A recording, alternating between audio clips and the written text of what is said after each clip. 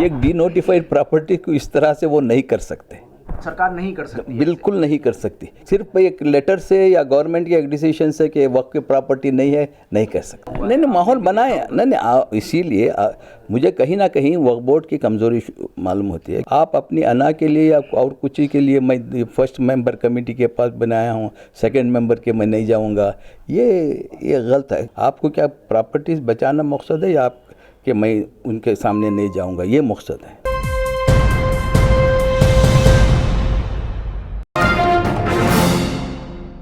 Farmer minority minister के रहमान ख़ान साहब हमारे साथ इस वक्त बातचीत करने के लिए मौजूद हैं। रहमान साहब, 123 वक्फ़ की जो संपत्तियां हैं उनका मामला इस वक्त काफ़ी गरमाया हुआ है, कोर्ट में भी चल रहा है।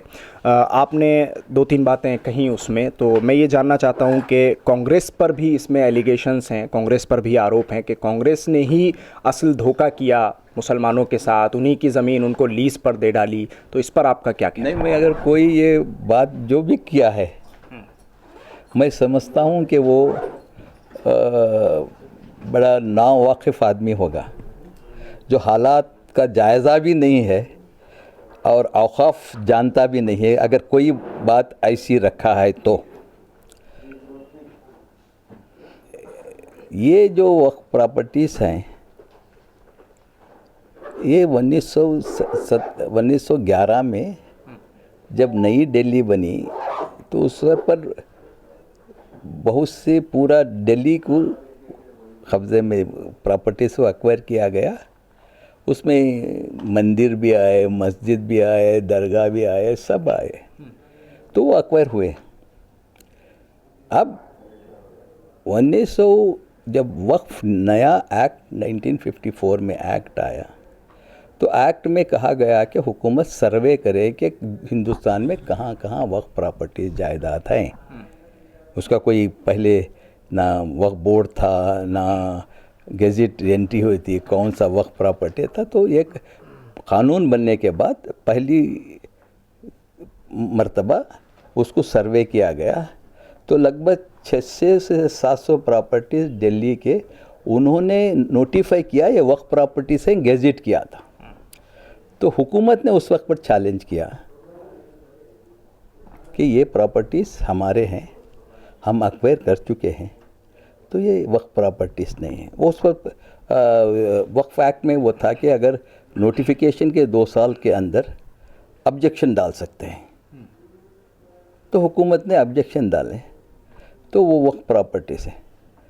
तब उस वक्त के लोगों ने नए ये वक्फ प्रॉपर्टीज़ हैं, ये हमें वापस करना चाहिए, इसकी नौइयत वक्फ की है, तो सवाल किया और एजिटेट भी किए। तो उस वक्त पर मिसेस इंदिरा गांधी ने एक कमेटी बताई, जिसे हम बर्नी कमेटी कहते हैं। उन्होंने पूरा जायज़ा लिया और कहा कि 200-400 प्रॉपर्टीज़ जो हैं उनके इसमें ये वक्फ की नवीयत हैं, सरकार को इसकी ज़रूरत नहीं है, हम ये वापस कर सकते हैं। अब उसके बाद इमरजेंसी आई, हुकूमत कांग्रेस हुकूमत गई। फिर 1980 में जब इंदिरा गांधी दोबारा इलेक्ट होकर आए, HKL भगत के चेयरमैनशिप में इसको और टेकअप किया। तब HKL भगत अर्बन डेवलपमेंट मिनिस्टर थे, उनके ताविल में थी ये। तो उन्होंने रेकमेंड किया कि 123 प्रॉपर्टीज़ हम वापस कर सकते हैं। अब वापस करने का तरीक़ा क्या है? वापस करने का तरीक़ा, हम गवर्नमेंट तो सेल नहीं कर सकती, तो गवर्नमेंट ने एक्वायर किया, ये लीज़ पे दिया, लॉन्ग लीज़ पे। अब वो चैलेंज किया गया, चैलेंज कोई विश्व हिंदू परिषद करके एक ऑर्गेनाइजेशन ने चैलेंज किया दिल्ली का, इंद्रप्रस्थ। तो उन्होंने बाद उसमें क्या हुआ, 17-18 साल ये केस लड़ती में पड़ा था कोर्ट में, कोई इसका देखना था।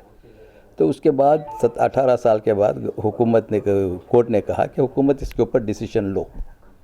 तो उसके हिसाब से हुकूमत ने ली डिसीजन, उसको अटॉर्नी जनरल का ओपिनियन लिया गया, सेंट्रल वक्फ काउंसिल की एक एक्सपर्ट कमेटी बिठाई गई। ये सब छानबीन के बाद ये तय पाया कि ये 123 प्रॉपर्टीज़ का हमारे पास ना रिकॉर्ड है एक्वायर करें सो या हैंड ओवर का रिकॉर्ड है, इसलिए ये मसला कैबिनेट के सामने लाया गया। कैबिनेट ने फैसला किया कि 123 प्रॉपर्टी डी नोटिफाई करे। यानी डी नोटिफाई का मतलब क्या है, सरकार उसकी ओनरशिप से सबकदोश होती है, तो नोटिफाई भी हो गया। अब फिर चैलेंज किया गया सिर्फ एक मसले के लिए कि कोड ऑफ कंडक्ट आ गया था, उस दिन ये डी नोटिफिकेशन हुआ, इलीगल है। मगर ये जो फैसला यही लेना था कि जो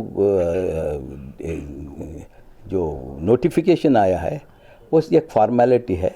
decision to hand over the cabinet decision was taken much earlier. Sir, एक सवाल ये भी है कि अब क्योंकि जो लेटर जारी हुआ, जो नोटिस जारी हुआ, उसमें कहा गया कि अब वक्फ बोर्ड का जो इख्तियार है वो इन 123 प्रॉपर्टीज़ से हटाया जाता है, ख़त्म किया जाता है, अब उसको कोई इख्तियार नहीं रहेगा।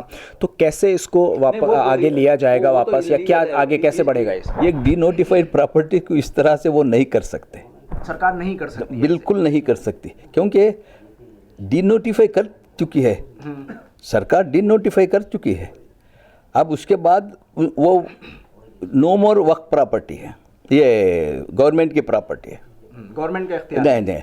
तो ये सिर्फ एक लेटर से या गवर्नमेंट के एक डिसीजन से कि वक्फ की प्रॉपर्टी नहीं है, नहीं कह सकते।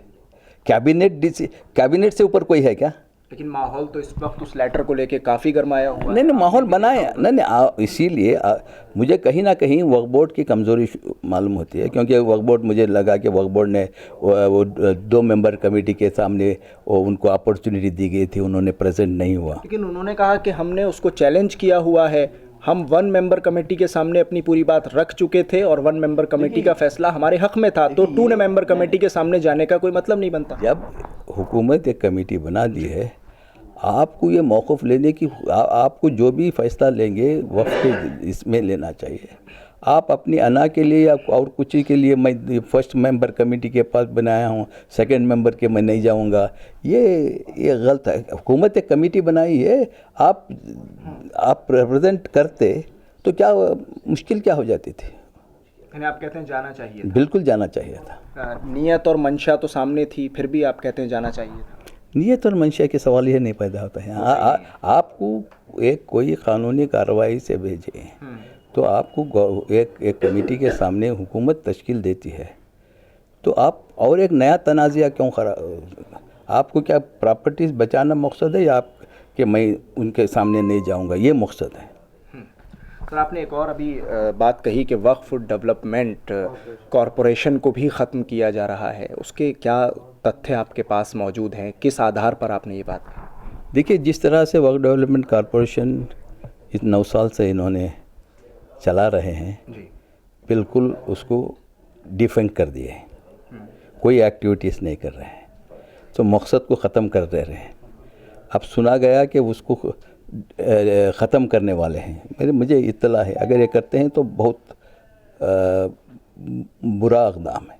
यानी कि high level committee, सचार committee recommend की है कि औक़ाफ़ के प्रॉपर्टीज़ को डेवलप होना चाहिए, इससे मुसलमानों के तालीमी और इकनॉमिक सिचुएशन को हेल्प होगा, और इस तरह से प्रॉपर्टीज़ को डेवलप करना चाहिए। ये एक सचार कमेटी का रिकमेंडेशन था, एक जॉइंट पार्लियामेंट्री कमेटी का भी रिकमेंडेशन था कि वक्फ डेवलपमेंट कॉरपोरेशन बनाए। तो इन रिकमेंडेशन की बिना पर यूपीए ने हमने एक वक्फ डेवलपमेंट कॉरपोरेशन बनाया था to develop the waqf property. आप उसको ख़त्म करने के लिए कोई उसे एक्टिव नहीं बनाए, ख़त्म कर दिए, अब उसको ख़त्म करने जा रहे हैं।